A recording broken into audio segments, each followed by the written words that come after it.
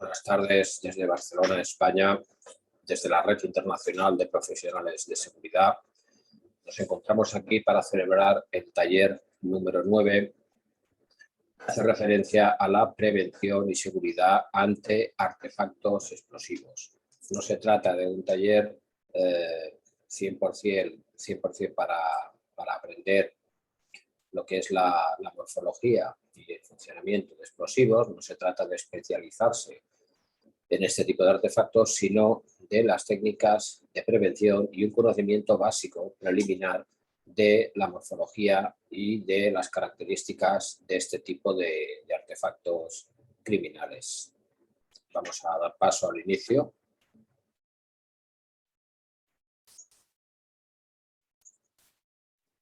En esta unidad didáctica número 9, correspondiente al taller número 9 de los cursos, talleres y cursos que estamos realizando en la Red Internacional de Profesionales en Seguridad durante el mes de agosto, vamos a tratar en este en concreto la actuación ante amenazas de colocación de un artefacto explosivo, los planes de emergencia y evacuación, el concepto, las clases, el control de personas y objetos, la paquetería y correspondencia y el control y requisa de vehículos. Todo ello en prevención de artefactos explosivos. Existe un concepto y clasificación de los artefactos explosivos. Aquí vemos artefactos con distinta morfología, una carta bomba, un paquete bomba, una mochila bomba. Aquí vemos un artificiero desactivando un artefacto explosivo real hallado en el interior de una bolsa en una vía pública.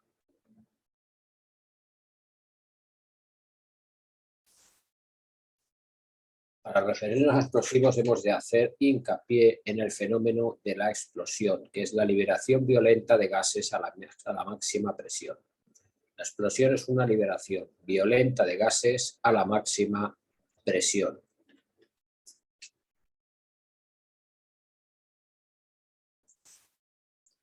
La palabra explosión viene del latín explosio. Una explosión es aquello que se produce cuando se libera violentamente una cierta dosis de energía que está atrapada en un espacio reducido, generando un repentino aumento de la presión y haciendo que se desprenda luminosidad, gas y calor. Las explosiones suelen incluir un fuerte ruido y la destrucción del envase que contenía la energía, la cual puede ser de origen térmico, nuclear o químico. Existen explosiones térmicas, nucleares y químicas. Vamos a orientarnos sobre los rudimentos de la explosión brevemente. Hay muchas clases de explosivos. Los explosivos, así como multitud de aparatos, máquinas o herramientas, no se crearon con la intención de acabar con vidas humanas, sino de realizar trabajos de minería y trabajos en canteras para la producción de áridos. En este caso, quiero que veamos someramente las clases de explosivos que hay y su presentación y morfología, además de sus clases. Existen los explosivos lentos deflagrantes, con velocidades inferiores a 2000 metros por segundo. Pólvoras, compuestos pirotécnicos, compuestos propulsores para artillería y cohetería, con escasa aplicación en minería y obra civil, salvo en el caso de las rocas ornamentales. Es decir, son explosivos compuestos por pólvora con aplicación para pirotecnia o bien en caso de extracción de rocas ornamentales. Están los explosivos rápidos detonantes con velocidades superiores a 2000 metros por segundo. Dentro de los detonantes están los explosivos primarios. Por su alta energía y sensibilidad se emplean como iniciadores para detonar los explosivos secundarios, por lo que algunos se emplean en detonadores y multiplicadores, fulminato de mercurio, pentrita y exolita. El fulminato de mercurio es lo que vimos en el taller anterior, es lo que contiene el fulminante que hay en el yunque situado en el culote de la vaina del cartucho. Es el fulminato de mercurio lo que inflama y produce el incendio de la pólvora, de la carga superior de la pólvora que hay en el interior de la vaina del cartucho. Son explosivos primarios, iniciadores. Los explosivos secundarios aplicados en el arranque de rocas de menor sensibilidad que los primeros, si bien desarrollan un mayor trabajo útil. Serán mezclas de sustancias explosivas y no explosivas, con precursores, materia reglamentada explosiva y precursores no explosivos mezclados para conseguir esa finalidad. Estos son explosivos secundarios. El anterior, que hablábamos de fulminato de mercurio o pentrita, son explosivos primarios que tienen la finalidad de iniciar la explosión principal. Están los explosivos pulverulentos. Los explosivos pulverulentos están compuestos por nitrato amónico, impermeabilizantes, estabilizantes y sustancias combustibles y oxidantes. Estos tienen una consistencia pulverulenta, presentando mala resistencia al agua. Son vulnerables al agua. Se afectan con la humedad y se alteran. Su potencia, densidad y velocidad de detonación es inferior a la de los explosivos gelatinosos, produciendo muy pocos gases tóxicos. Los explosivos pulverulentos son poco sensibles a los golpes y a la fricción. Hay explosivos que son muy sensibles a los golpes y la fricción y pueden explotar únicamente manipulándolos de manera errónea, produciendo calor con la fricción, etc. Las aplicaciones de estos explosivos pulverulentos están en las voladuras de rocas semiduras y blandas y voladuras de contorno. Los nombres comerciales de estos explosivos pulverulentos suelen ser amonita y ligamita. La iniciación de estos explosivos se realiza con riodet o con primadet, que son explosivos iniciadores. Tenemos los hidrogeles. Están constituidos por una mezcla de disolución oxidante y nitrato de monometilamina. También se les añade sustancias combustibles y gelificantes. Los hidrogeles no llevan sustancias explosivas. Reaccionan de forma explosiva cuando se les inicia con un detonador, cordón detonante o multiplicador. Es decir, con un explosivo primario iniciador. El hidrogel es un gel, es un líquido viscoso que se transporta en camiones cisterna y se propulsa con un tubo en el interior de los barrenos, en el caso de los trabajos de minería y de canteras.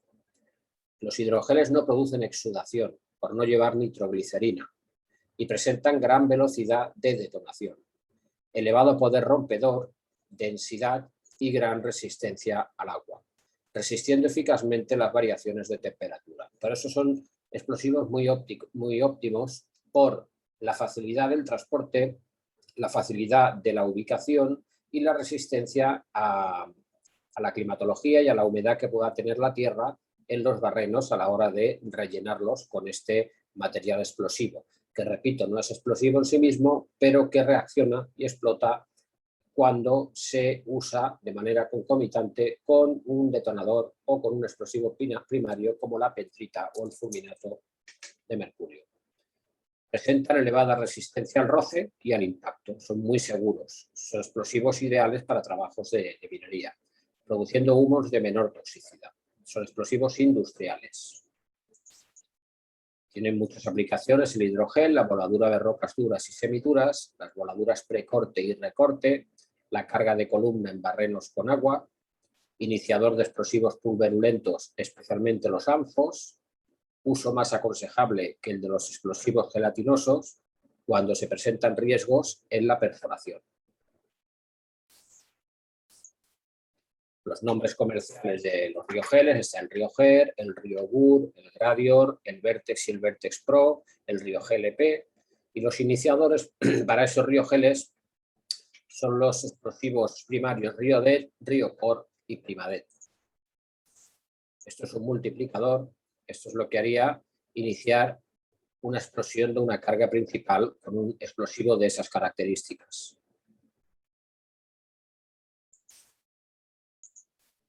Están los ANFOs, que están compuestos por sustancias combustibles y oxidantes, pudiendo llevar otros aditivos como polvo de aluminio y presentan aspecto granular. La presentación es en grano. Son un explosivo fluido que rellena los huecos del barreno, optimizando la transmisión de energía a la roca. Su velocidad de detonación baja, al igual que su potencia y densidad. Su resistencia al agua es nula. Son una especie de árido en granos que no soporta la presencia del agua, se degradaría y se deterioraría. Los ANFOs producen gases tóxicos, ya que llevan combustible, y son muy insensibles a los golpes. Suelen llevar gasóleo, este tipo de explosivos, lo que proporciona una manipulación muy segura. Para su sensibilización requiere un explosivo o un sistema de iniciación de alta energía, un cordón detonante, un detonador eléctrico o un detonador no eléctrico. Las aplicaciones de los ANFOs son voladuras de rocas blandas, en cargas de columna de los barrenos, y la iniciación de este explosivo de carga principal es el riopor, cartucho cebo o multiplicador, lo que hemos visto aquí. Estos son cebos, son explosivos primarios para iniciar la explosión de la carga principal. Explosivos primarios, cebos.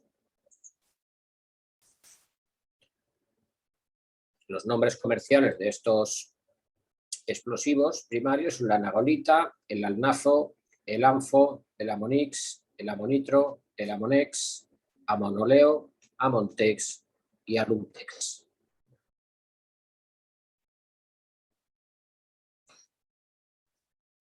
Todos estos explosivos son explosivos ANFO, que precisan de estos cebos o de estos multiplicadores para producir la explosión. Luego están las emulsiones. Las emulsiones están compuestas por dos fases. En la primera está la parte oxidante y en la segunda los combustibles. Son parecidas a los ANFO. Estas no producen exudación y presentan una gran velocidad de detonación y alta energía y densidad. Excelente resistencia al agua y manipulación segura, resistiendo eficazmente las variaciones de temperaturas. No les afecta el choque, el roce o el calor, con lo cual las emulsiones también son muy útiles para trabajar cuando se precisan explosivos rompedores en minas, en canteras o en explotaciones de áridos para conseguir piedra, arena, etc. La mezcla de emulsión y ANFO se llama heavy ANFO. Mezclar emulsión y ANFO tendríamos un explosivo denominado heavy ANFO. Las aplicaciones son voladuras de cualquier tipo de rocas, explosivos muy versátiles. Nombres comerciales Emunex y la iniciación es con un multiplicador, también asimismo como hemos visto anteriormente. La pólvora de mina, tendríamos como elemento 5, está formada por una mezcla de azufre, carbón vegetal y nitrato potásico y presenta una textura granular. La pólvora de mina tiene nula resistencia al agua y es sensible a la llama. Su energía, velocidad de detonación, potencial y densidad es baja y agrieta las rocas. La pólvora de mina, si se moja, queda totalmente anulada. Las aplicaciones, la pólvora de mina, pequeños trabajos de excavación, arranque de rocas ornamentales y se inicia con mecha lenta, detonadores eléctricos o cordón detonante. Esto es una mecha lenta para utilizar una explosión con pólvora. Esto iniciaría la explosión de pólvora. Están los explosivos gelatinosos. En el apartado número 6, los explosivos gelatinosos están compuestos por nitroglicerina o nitroglicol, nitrocelulosa, estabilizantes y sustancias combustibles y oxidantes. Son los del llamado tipo goma, explosivo plástico. Presentan consistencia plástica. Presentan gran velocidad de detonación, elevado poder rompedor y gran resistencia al agua. Su alta densidad hace que desalojen agua de los barrenos. Este tipo de explosivo es muy sensible a los golpes. Los explosivos gelatinosos producen muy pocos gases tóxicos, resistiendo de forma eficaz las variaciones de temperatura. Si se almacenan correctamente, tienen un lento envejecimiento. Tiene una gran ventaja logística en su almacenaje, es muy rompedor, muy potente, pero es sensible a los golpes. Las aplicaciones: voladuras de roca dura y semidura, trabajo con gran presencia de agua, porque no le afecta el agua, así como le afecta a la pólvora, por ejemplo. Sus nombres comerciales serían Goma 2, Goma 2 Eco, Goma 1, Gelamonite 33 y Amonite Plus. Y se iniciarían con los explosivos primarios Riodet, Riocord y Primadet. Es un Riodet, un explosivo iniciador, detonador. Es un detonador tipo lápiz. Esto es Goma 2 Eco, envasada en un saco de 5 kilos. Es que no abulta mucho, la verdad. En muy poco espacio podemos tener bastante explosivo. En el apartado 7 tenemos los detonadores. Los detonadores son sistemas de iniciación utilizados para explosionar diferentes materiales explosivos y entre ellos podemos encontrar los siguientes tipos: detonadores no eléctricos y detonadores eléctricos. Los detonadores no eléctricos son detonadores que se inician por onda de choque, tubo iniciador con alta resistencia a la tracción y a la abrasión, bajo nivel de ruido con la técnica de cebado de fondo, no pueden ser iniciados por corrientes erráticas, inducidas o por radiofrecuencia, se destruyen por explosión y pueden ser utilizados en todo tipo de voladuras según la gama. Detonadores no eléctricos. Tenemos los detonadores eléctricos, clasificados en función de su sensibilidad eléctrica: sensible S, insensible I, altamente insensible AI. En áreas con riesgo de corrientes erráticas su uso debe ser restringido. Son detonadores de alta precisión, gran gama de metrajes, tiempos de retardo y sensibilidad. Se aplican en voladuras a cielo abierto y como iniciación de otros sistemas. Se destruyen por explosión, su nombre comercial es Riodet. Esto es un detonador no eléctrico, también llamado pico de pato, su forma. Y esto es un detonador tipo lápiz eléctrico.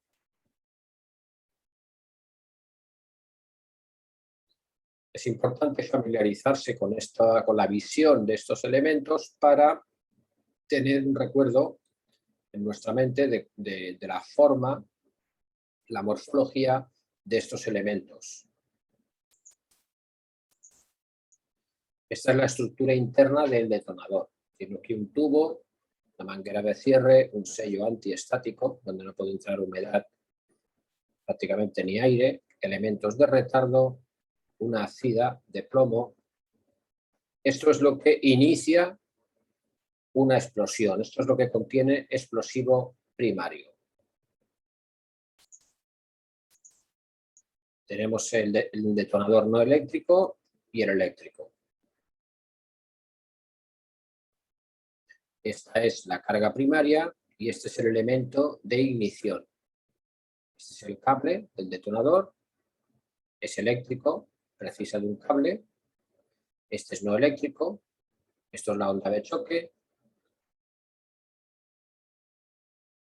el sello de goma, sello antiestático. Es muy parecido uno con otro, pero el detonador eléctrico porta este cable porque necesita de impulso eléctrico para iniciarse y al mismo tiempo iniciar la carga principal.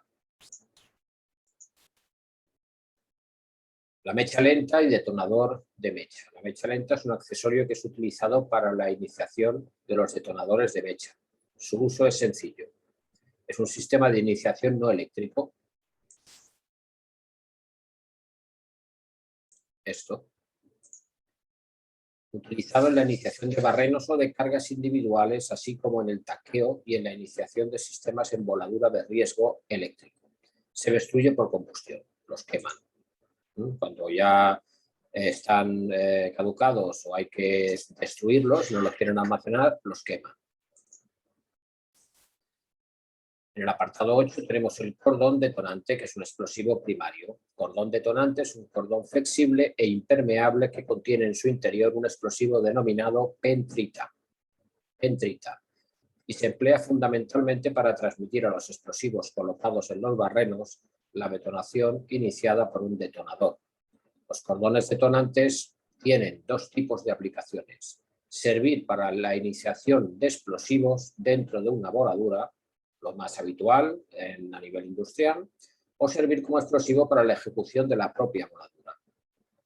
El cordón detonante es lo que ha tenido presencia en numerosas ocasiones en el interior de cartas bomba, en cartas enviadas a personas y dentro llevaban cordón detonante. Es un explosivo con una pequeña carga de pentrita, pero suficiente para causar daños gravísimos, incluso la muerte.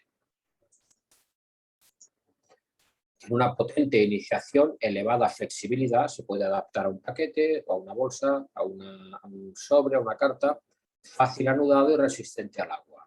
Utilizados en la iniciación de explosivos y multiplicadores como explosivo para voladuras de contorno, voladuras de corte de roca u ornamentales.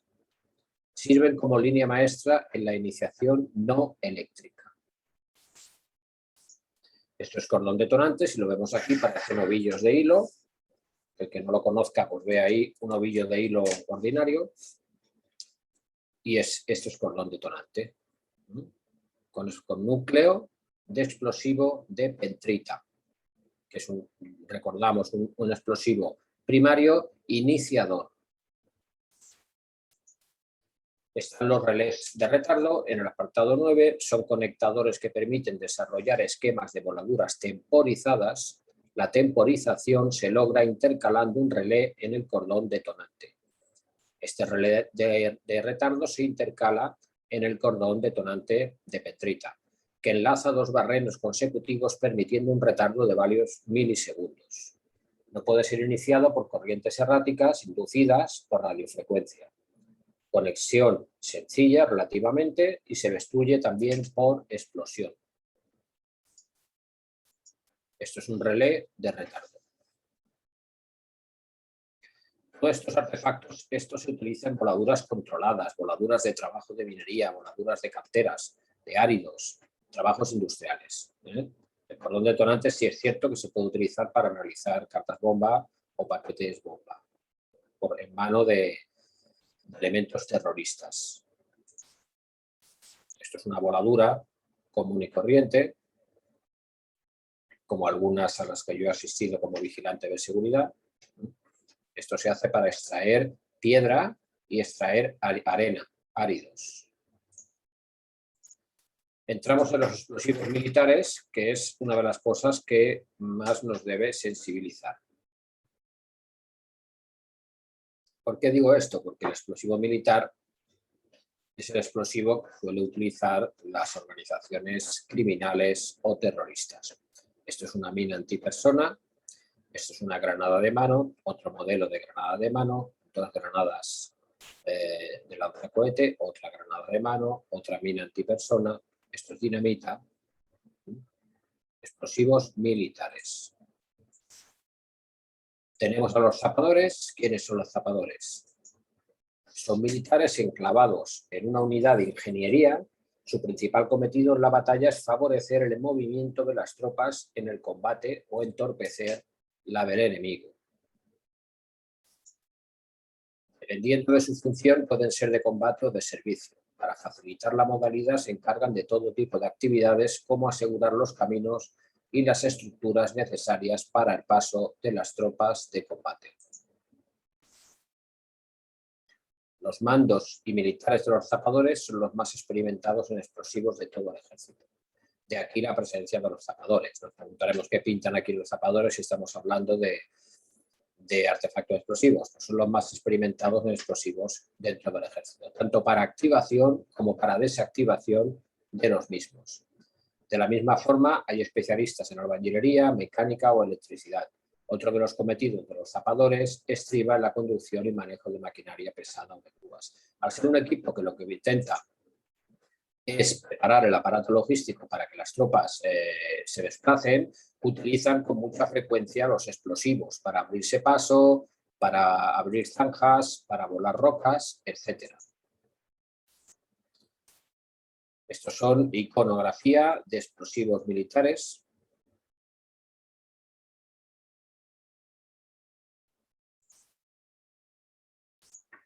Estos son explosivos arrojadizos, como granadas de mano de varios tipos.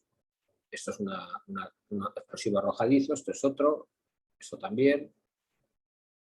Diferentes tipos, algunos más antiguos, otros más modernos, pero son arrojadizos, no de proyección. Los de proyección son los que proyecta un lanzacohetes, por ejemplo, ¿no? Esto se arroja con la mano. Explosivo arrojadizo.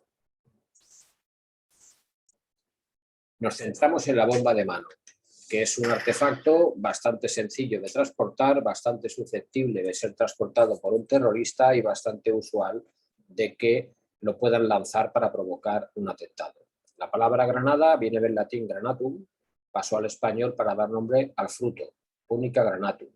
La granada es un fruto que se come, lleno de granos por dentro y con una disposición esférica fácil de tomar. En francés se le llamó pomegranate, debido a la forma y el tamaño de este proyectil. Los ejércitos europeos lo llamaron granada de mano, puesto que se lanzaba manualmente.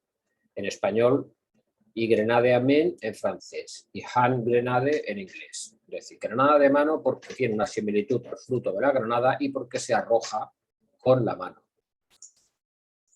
Esta es la fruta de la granada. Yo el parecido no se lo veo, se parece como un huevo a una castaña, pero sí que es cierto, el interior sí que tiene cierta similitud a la parte de fraccionamiento, que es esta. Esta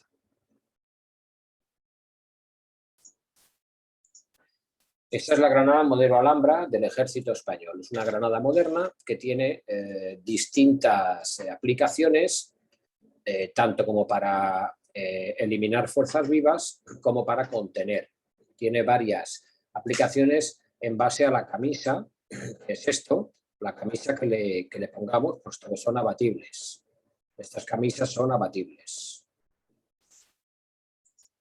La Alhambra es una granada de mano de retardo de tipo palanca.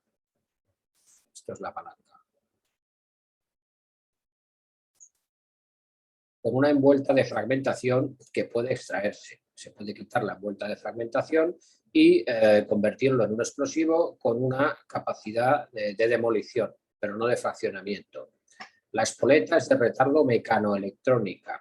Los principales subconjuntos de la granada de mano Alhambra de este modelo son la espoleta y el cuerpo, y la envuelta de fragmentación.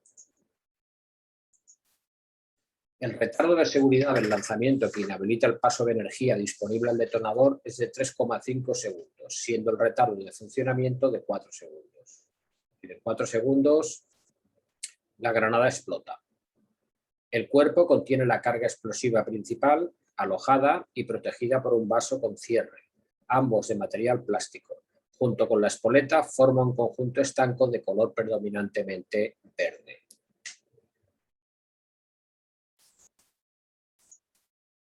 La envuelta de fragmentación es una pieza de material plástico y color verde que rodea el cuerpo y que contiene unas 3.500 bolas de acero de 2 milímetros de diámetro. 3.500 fragmentos. La granada de mano Alhambra presenta dos tipos de configuración, una defensiva con la envuelta de fragmentación colocada y otra ofensiva sin la envuelta de fragmentación. Como he dicho, son abatibles y se pueden configurar. Esto es la envuelta de fragmentación, con 3.500 bolas de acero, y se puede extraer y lanzarlas sin esta envuelta de fragmentación, de manera ofensiva o de manera defensiva. Esta es la palanca que libera la espoleta y propicia la explosión.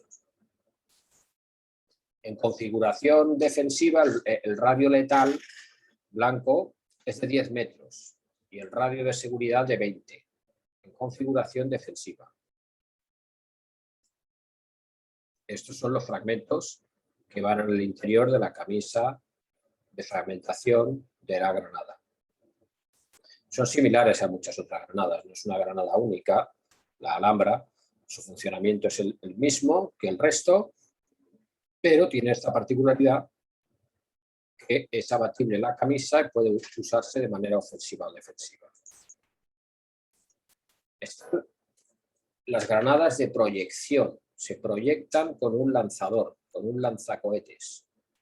Esto es un lanzacohetes y esta es la granada. El lanzagranadas, una granada propulsada por cohetes, un lanzacohetes o arma antitanque portátil de origen ruso, lanzable desde el hombro, capaz de disparar un cohete no guiado, equipado con una ojiva explosiva. Los RPG, que ese es el modelo que hemos visto, armados con la munición adecuada, son muy efectivos contra vehículos sin blindaje o con blindaje ligero, como los transportes blindados de personal. Los coches blindados de las personalidades pues son vulnerables a este arma de proyección que es el RPG.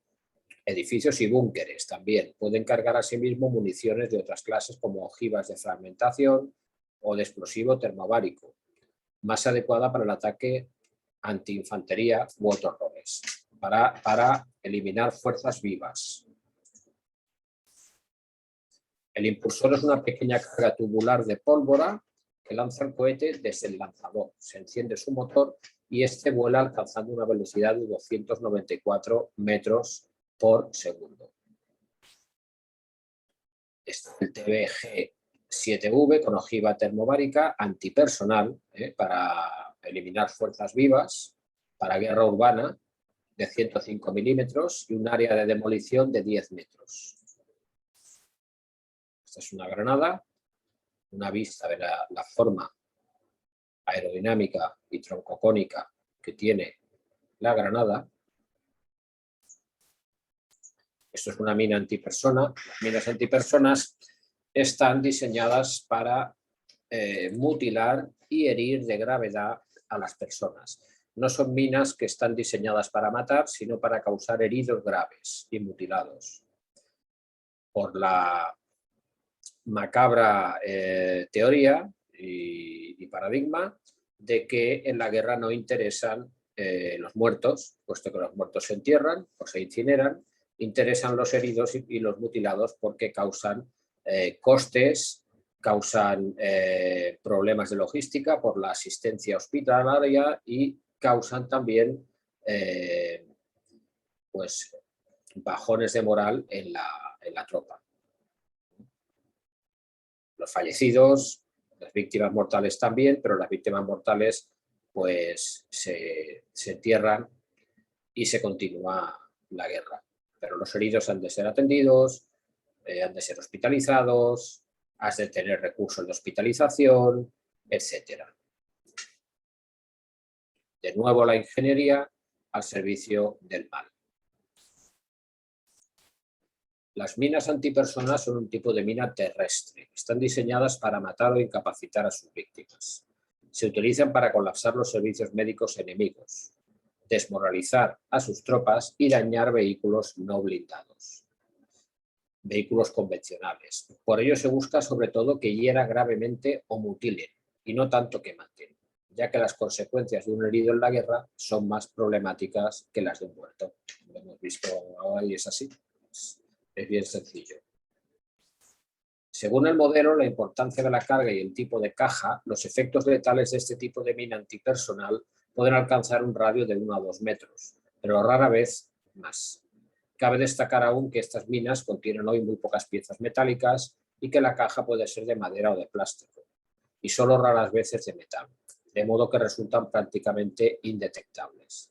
El problema a la hora de detectar estas minas es que con un detector de metales es muy difícil detectar la presencia de estos artefactos. Los artefactos explosivos de teología terrorista, que son los que nos interesa a nosotros en nuestra prevención en la realización de nuestro trabajo.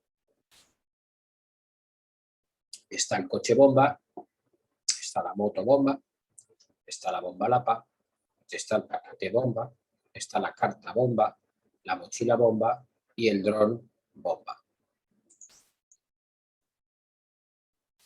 Esto es un coche bomba. Es una gran carga explosiva introducida dentro del vehículo. Por lo general también suelen introducir combustible, pegamento y detergente para generar un magma incandescente que queme y arrase con todo lo que toque. No hay que confundir un coche bomba con una bomba en un coche. Una bomba en un coche sería una bomba lapa adosada a un coche, y un coche bomba, todo él es una bomba. Ese coche va cargado de explosivos para destinarlo a un punto que queremos destruir para producir el atentado, y el terrorista lo dirige, lo aparca y posteriormente lo hace explosionar. La bomba en el coche, la lapa, lo que va destinada es a lesionar de gravedad o a matar a su conductor o a sus pasajeros. Un coche bomba es un vehículo automotor, coche, camión, etcétera, en cuyo interior se ha colocado una bomba o un artefacto explosivo. La técnica del coche bomba suele ser usada por terroristas, narcotraficantes, guerrillas y otras bandas criminales, ya que se desplaza usando su propio mecanismo de transporte, el propio coche, pudiendo transportar una gran cantidad de explosivos sin levantar demasiadas sospechas, para luego ser detonado en un sitio específico para hacer el máximo daño a una estructura, una barrera o cometer homicidio, para generar una masacre y matar muchísimas personas. Es decir, el explosivo va cargado dentro del vehículo, que al mismo tiempo es es una bomba con ruedas. Para que el otro día decíamos que el vehículo blindado de transporte de caudales es una caja fuerte con ruedas, pues ahora decimos que el coche bomba es una bomba con ruedas. Lo puedes llevar donde quieras, aparcarlo y posteriormente hacer explosión.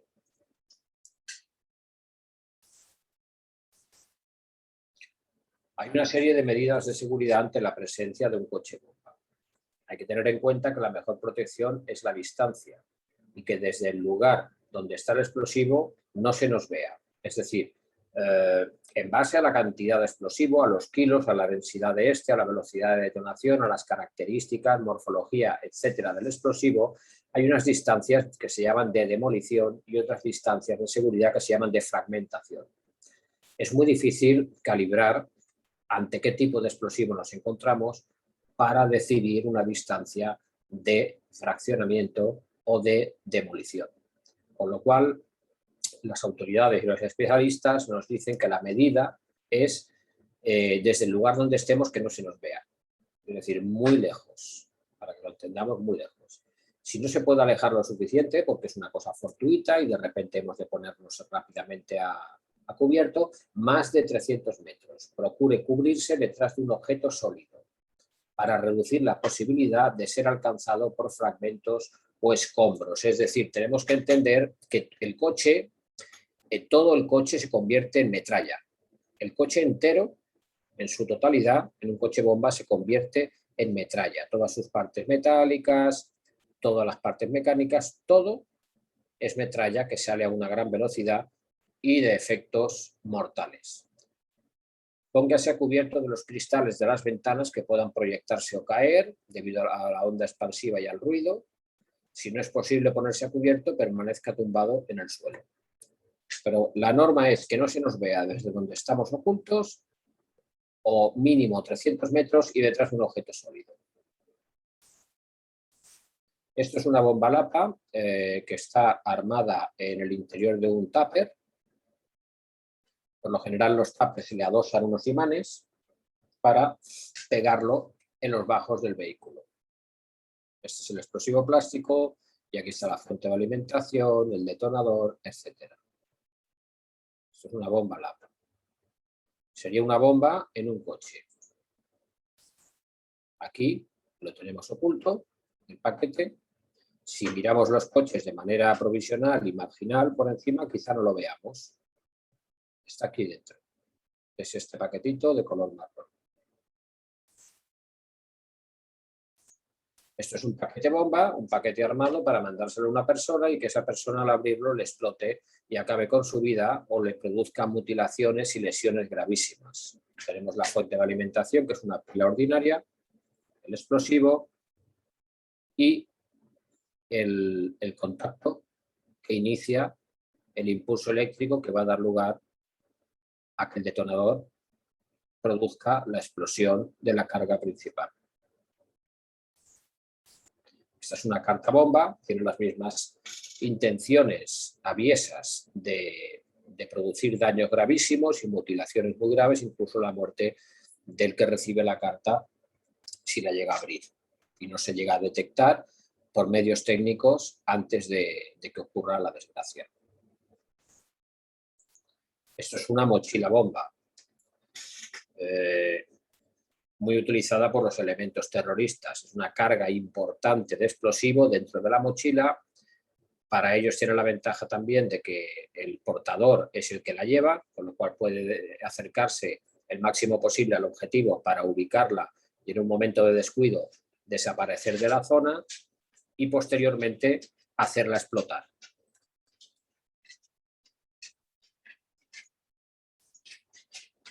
La amenaza de bomba se produce normalmente por vía telefónica. Vamos a hablar de la actuación ante amenazas de colocación de artefactos explosivos. Cuando llaman por teléfono y hacen lo que se dice una amenaza de bomba.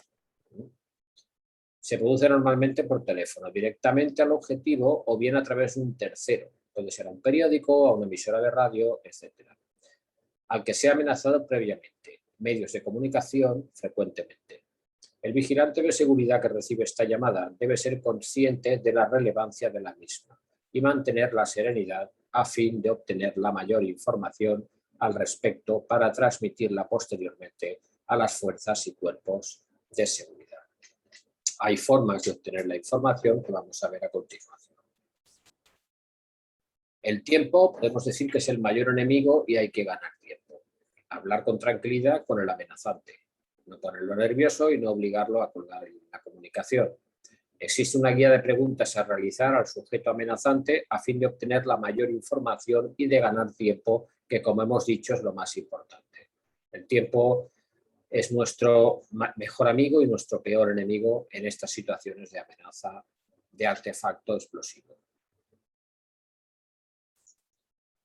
Esta lista de preguntas de la que hablamos pues, son dónde se halla el artefacto, a qué hora hará explosión, por qué se ha puesto un artefacto, qué aspecto tiene el artefacto, se intentará retener la llamada interactuando con el sujeto, hablando con él, qué desea o qué reivindica el llamante, por qué lo hace, por qué ha puesto usted la bomba, por qué motivo, qué podemos hacer para librarnos de la explosión, qué quiere que hagamos o por qué llama por teléfono.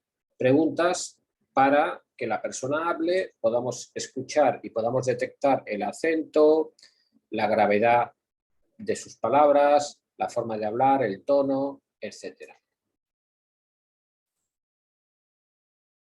Las amenazas de bomba pueden ser reales o falsas. Ha habido casos en que se ha tomado la alarma por falsa y ha sido real, y ha habido casos en que se ha tomado la llamada por real y aún así ha explotado el artefacto porque o ha fallado el tiempo, se ha coordinado mal la evacuación o no se ha hecho la evacuación. Se trata de crear en el sujeto un sentimiento de culpa, de que sea consciente de que lo que está haciendo es una atrocidad, que le haga consciente de lo que ha hecho y desista de su acción. No nos facilite la localización o nos facilita la localización del presunto artefacto. A continuación se registran los siguientes datos que el vigilante habrá intentado memorizar o simplemente consignarlo por escrito en la libreta que tenemos a mano con el bolígrafo si estamos en el puesto de servicio.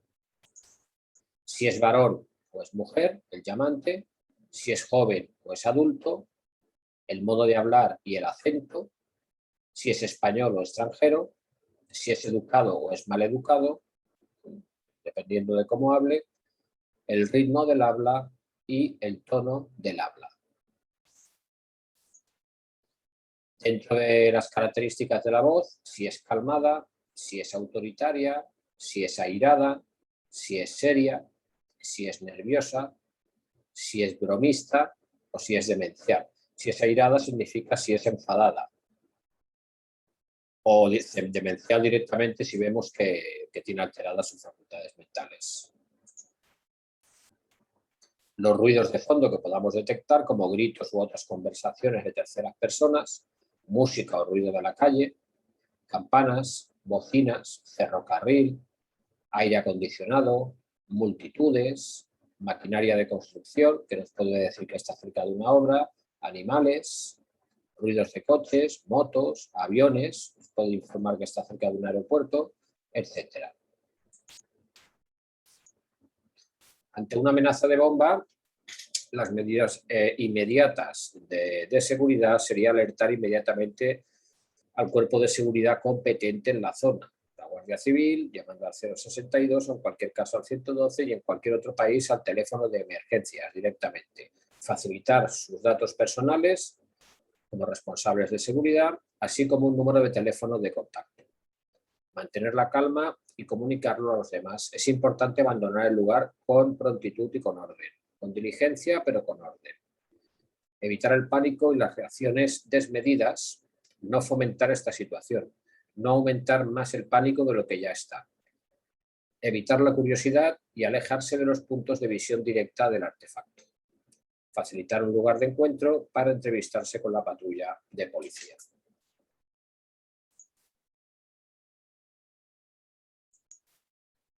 Ante hallazgos o sospechas de artefactos explosivos, observar cualquier situación anormal, un maletín aparentemente abandonado en jardines o zonas públicas, una fiambrera enterrada en la playa, objetos similares depositados o adosados en los vehículos, envíos postales extraños no esperados.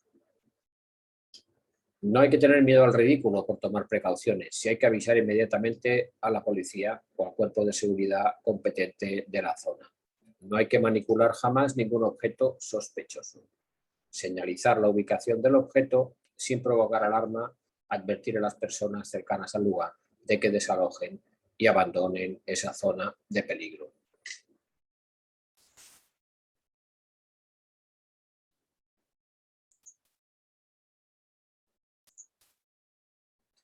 Ante hallazgos o sospechas de proyectiles, no manipular el artefacto y evitar que otros lo hagan. Tener en cuenta que a pesar del posible óxido o herrumbre del artefacto, este puede hacer explosión. Aquí hablamos de proyectiles de la guerra que nos encontremos enterrados, por ejemplo. Señalizar el lugar, pero evitar que el artefacto quede oculto. Notificarlo a la mayor brevedad al cuerpo de seguridad competente de la zona. Recordad que no se trata de objetos de colección. No los conserve como curiosidad y si sabe de alguien que lo hace, alerte de ello. Lo mejor es llamar a la policía y que el equipo de artificieros se ocupe de lo que tenga que hacer con ese artefacto explosivo antiguo, pero que tiene el riesgo de poder explosionar.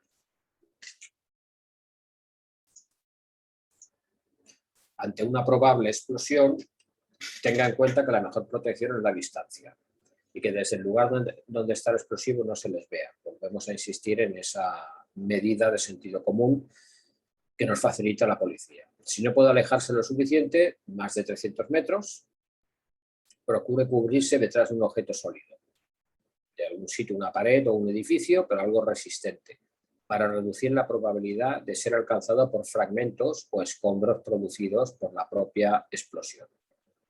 Póngase a cubierto de los cristales de las ventanas que puedan proyectarse o caer. Si no es posible ponerse a cubierto, permanezca tumbado en el suelo, totalmente estirado para eliminar silueta, para evitar los impactos de la metralla en forma de fragmentos. Ante una amenaza de naturaleza nuclear, radiológica, biológica o química que puede existir, un explosivo con elementos o bien nucleares o bien radiológicos, biológicos o productos químicos, la presencia de material nuclear, radiológico, biológico o químico solo puede ser confirmada por especialistas dotados del equipo de detección adecuado. Avise al cuerpo de seguridad competente, en este caso la policía, si es la Guardia Civil, la Policía Nacional, el teléfono de emergencias habilitado en cualquier país, Este posee unidades especializadas en la materia. Vendrían directamente los artificieros con equipo NRBQ, nuclear, radiológica, bacteriológica y química. Si observa una nube o columna de humo o polvo sospechosas de contener sustancias radiológicas o químicas, 1. Aléjese del lugar. 2. Expóngase el menor tiempo posible a la nube. Cubrirse la nariz y la boca para evitar respirar el aire contaminado. Si no puede evitar el contacto con la nube, use ropa que cubra la piel lo más posible. Si el suceso ha ocurrido fuera de su edificio, cierre puertas y ventanas y agrúpese de forma ordenada en el lugar más estanco a la espera de recibir las recomendaciones de las autoridades. Cierre los sistemas de aire acondicionado, de ventilación y el tiro de las chimeneas. Cualquier artefacto, cualquier elemento que pueda propulsar el aire exterior al interior de la casa. Mantenga la radio o televisión sintonizadas para recibir instrucciones. No ingiera líquidos o alimentos que pueden estar contaminados y procure evitar el contacto con objetos que crea puedan haber estado expuestos a cualquier agente tóxico.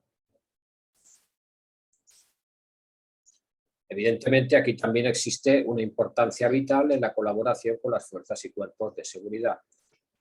La colaboración ante artefacto explosivo en el exterior. La relación de los vigilantes de seguridad para con las fuerzas y cuerpos de seguridad está basada en dos principios fundamentales: complementariedad y subordinación. Ello quiere decir que en el momento en que requiramos el auxilio o colaboración de la policía, el vigilante de seguridad debe ponerse a la orden de los mismos, así como si la policía nos requiere auxilio y colaboración a los vigilantes de seguridad. En el caso de un aviso de bomba, las tareas de colaboración con las fuerzas y cuerpos de seguridad serán las que siguen.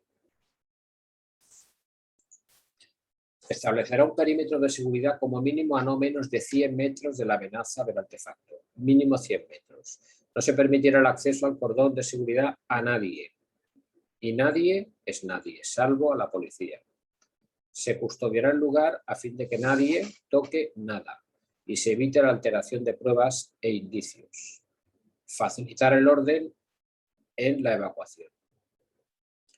Establecer un segundo cinturón de seguridad a 150 metros de la amenaza de artefacto entre el primero y segundo cinturón, con objeto de crear una zona de seguridad para el jefe del operativo policial y desactivación. Es decir, un cordón inicial de no menos de 100 metros alrededor del explosivo y otro cordón de seguridad de no menos de 150 metros después de este cordón. Sería un segundo anillo de seguridad. Se establecerá la distancia de seguridad y el jefe del operativo se ocupará de la distribución y funciones de los efectivos policiales y vigilantes. El vigilante realizará estas tareas. Impedir el acceso de intrusos únicamente podrán pasar los funcionarios y agentes de policía. Ocupar espacios seguros para desempeñar sus funciones. Establecer distancias entre unos y otros. Visualizar el cordón exterior desde dentro, así como controlar el cordón interior. Especial cuidado se deberá tener con niños discapacitados, curiosos en general, que puedan burlar el cordón y acceder a la zona de peligro. Es decir, el vigilante visualizará el cordón exterior desde dentro, así como controlar el cordón interior. Y ya se da por sentado que el vigilante está en el segundo cordón y desde allí vigila el primer cordón. Existen planes de emergencia y evacuación para este tipo de amenazas. Los planes de emergencia son medidas procedimentales o medios organizativos escritos en documentos para generar previsión, prevención y protección. Plan de emergencia y evacuación es la planificación y organización humana para la utilización óptima de los medios técnicos previstos, con la finalidad de reducir al mínimo las posibles consecuencias humanas o económicas que pudieran derivarse de la situación de emergencia. Esto es un plan de emergencia.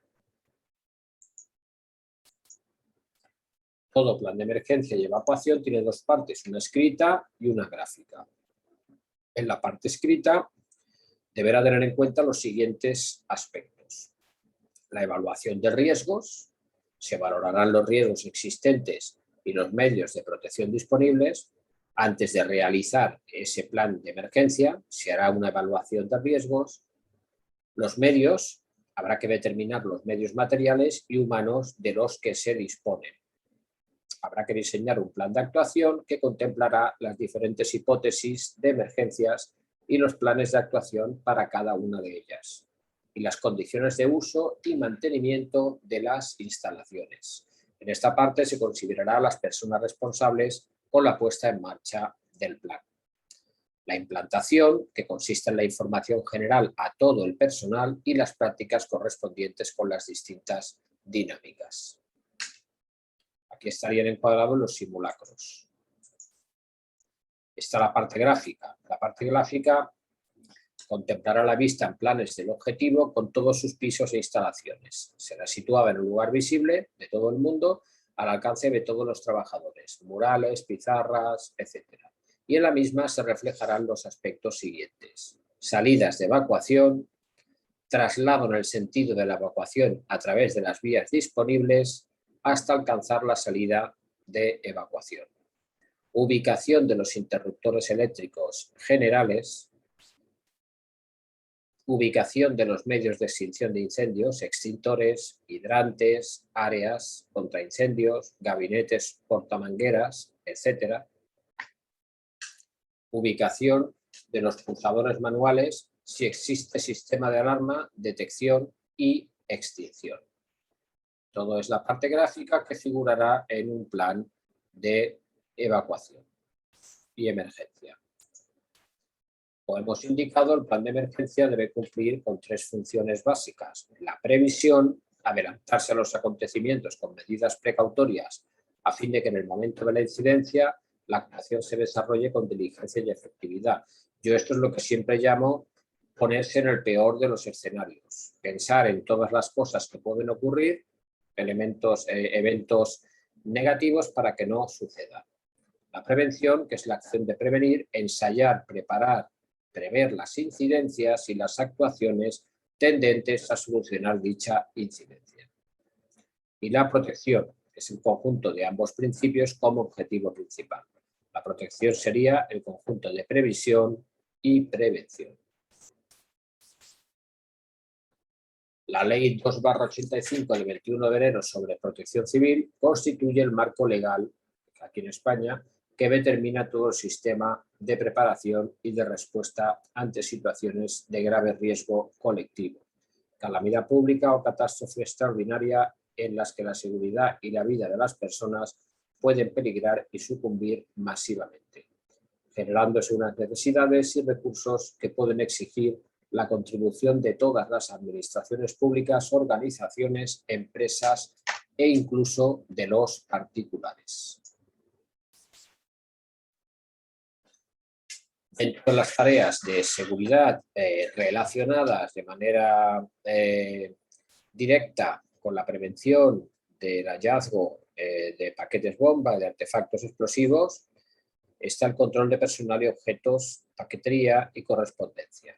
En el caso de la función de los vigilantes de seguridad, vamos a centrarnos en planes de emergencia y o evacuación, únicamente en caso de incendio o amenaza de artefacto explosivo. Es un sistema de control de personal y objetos. Aquí tenemos un escáner donde las cajas, objetos, bolsas se pueden introducir y el vigilante de seguridad en este monitor inspecciona el interior del mismo a través de rayos X. Esta es la vista interior de una maleta.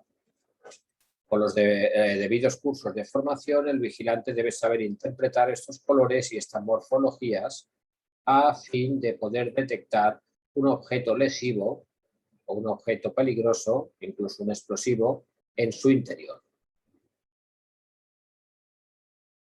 Esto es lo que se ve en la pantalla.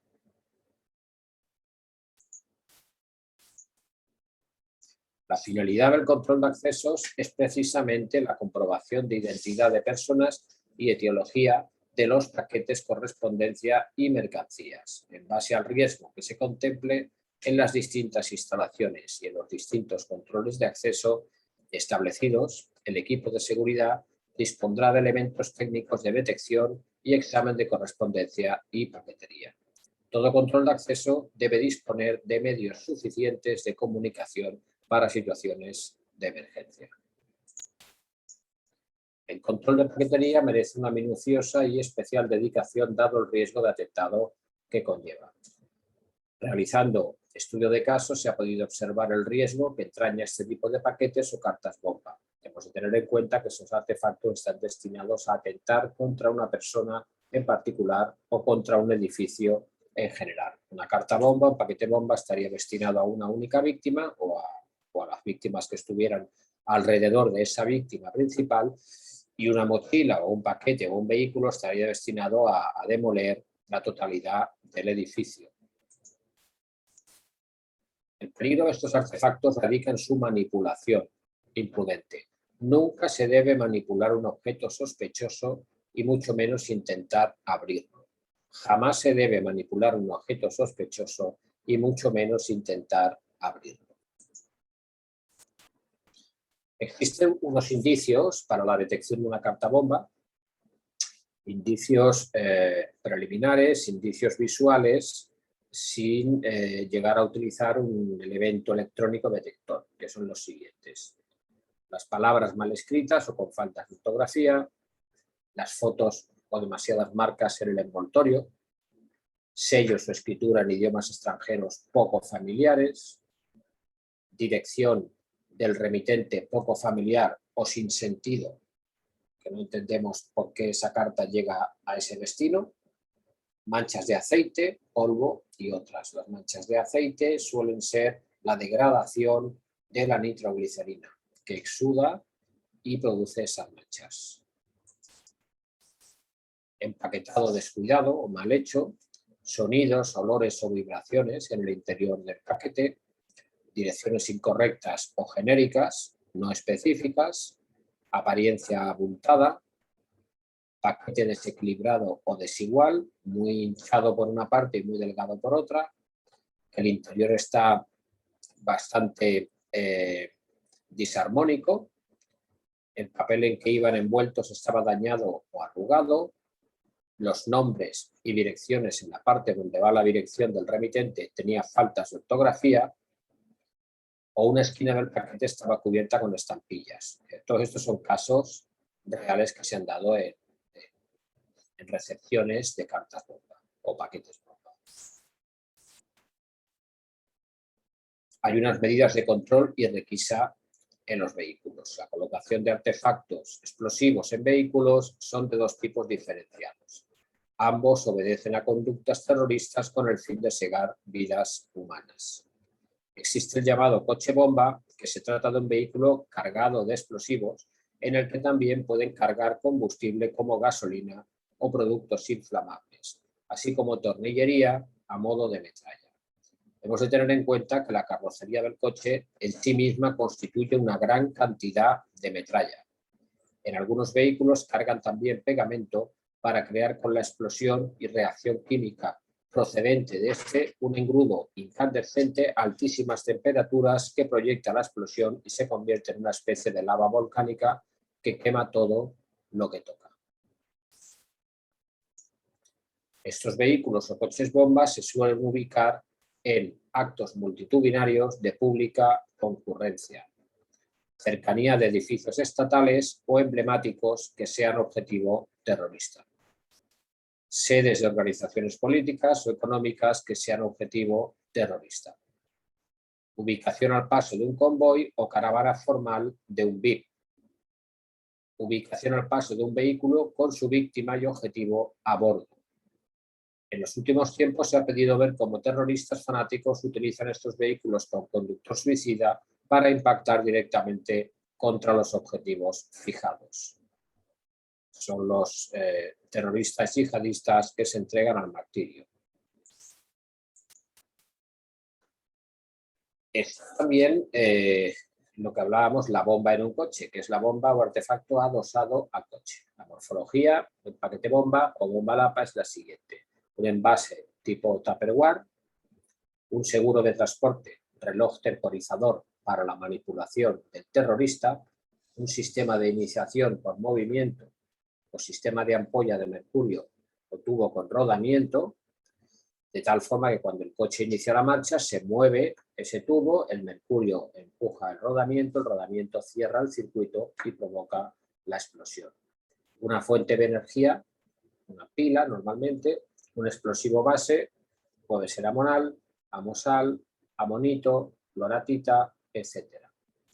Un encintado externo tipo cinta de embalar, cinta americana o cinta aislante para cerrar todo el contenedor, el tupper, y convertirlo en la bomba. Pueden diferir en tamaño, pero en apariencia normalmente se ha empleado contenedores cuadrados tipo Tupperware.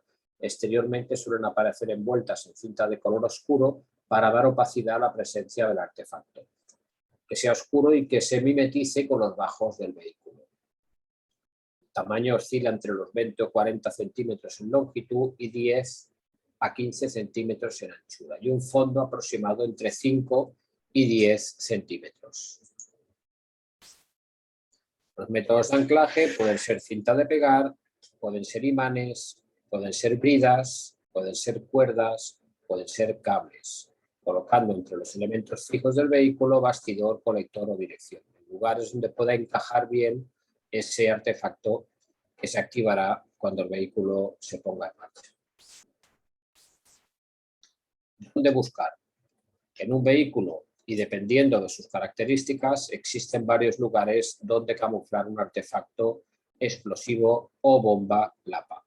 Por lo tanto, es muy conveniente que cada uno conozca detalladamente los bajos del vehículo que usa habitualmente en el servicio, o de lo contrario, que siga detenidamente las instrucciones para su requisa.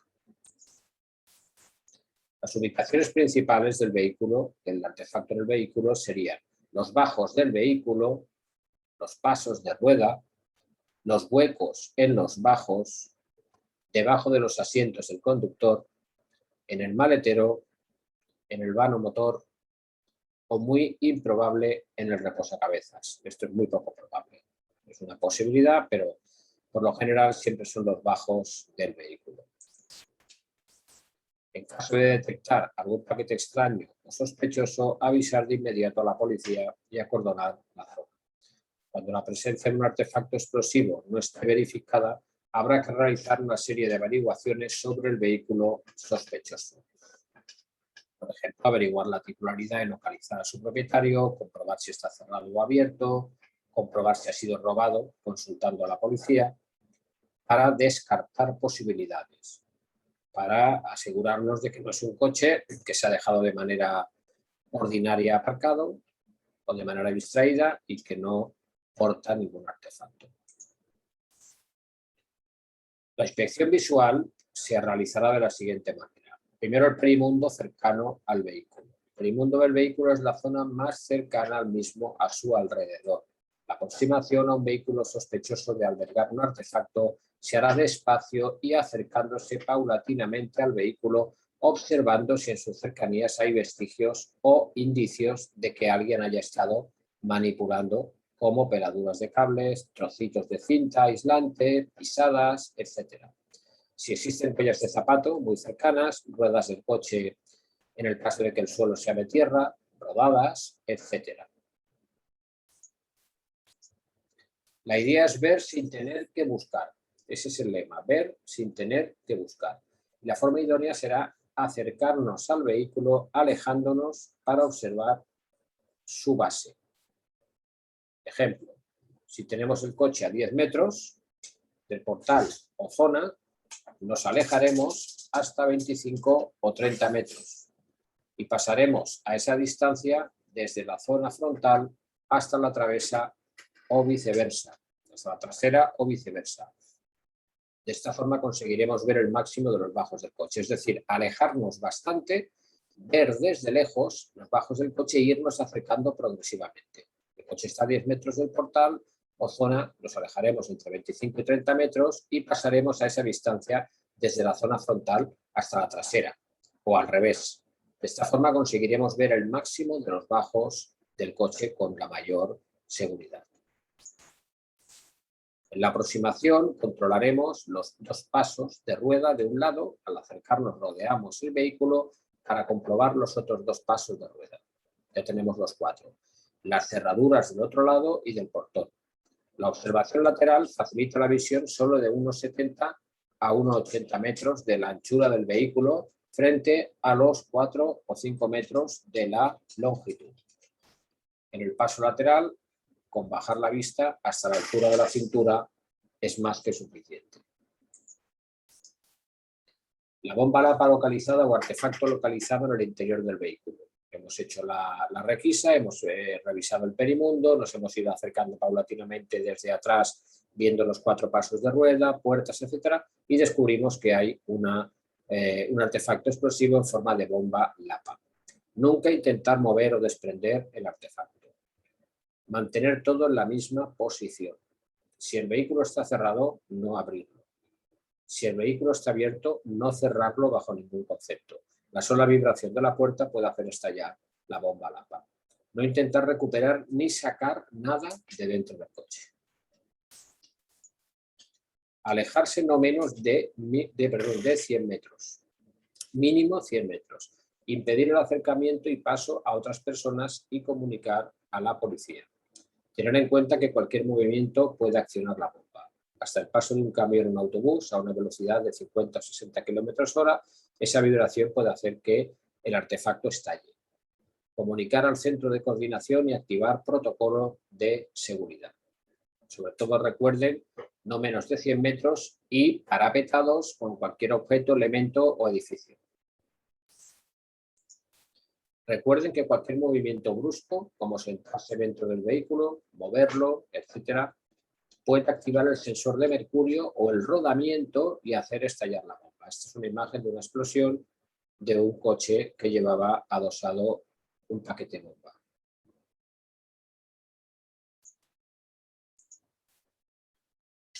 Vamos con el memorándum. Los conceptos más importantes a tener en cuenta ya me voy a intentar memorizar. Aunque la gran mayoría de amenazas de bombas se realizan por personas con móvil de venganza o resentidas, algunas llamadas son reales y la colocación de artefacto también. Por lo cual hemos de tomar todas las llamadas como reales debido al riesgo intrínseco de las mismas. La presencia de un paquete sospechoso de artefacto explosivo hay que tratarlo como real y no manipularlo bajo ningún concepto. La función del vigilante hasta la llegada de las fuerzas y cuerpos de seguridad será la de acordonar la zona e impedir el paso de curiosos o transeúntes por la zona de peligro. En el momento de la llegada de las fuerzas y cuerpos de seguridad, el vigilante se pondrá de inmediato a las órdenes de la policía. Los planes de emergencia y evacuación de los edificios son documentos escritos que corresponden a las medidas de seguridad procedimental u organizativa, con el fin de asegurar la autoprotección de un colectivo ante fenómenos catastróficos o lesivos de cualquier tipo. Fundamental en la seguridad de un edificio es el control de accesos, salidas y presencias de personas, vehículos y mercancías. Son los temas que dimos en anteriores talleres. Y llegamos al final de cada taller, donde recuerdo la conveniencia de alcanzar el progreso y no la perfección.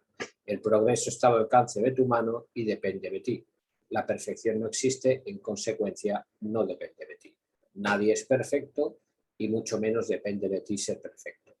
Pero el progreso sí que te ofrece la posibilidad de mejorar y de capacitarte y de aprender, buscando ese progreso que es obligatorio en nuestra profesión todos los días de nuestro trabajo. Llegamos al fin de la presentación. Muchas gracias a todos los asistentes de la Red Internacional de Profesionales de Seguridad y desde aquí pues, les deseo mucha salud. Somos Red. Muchas gracias. Que Dios les bendiga.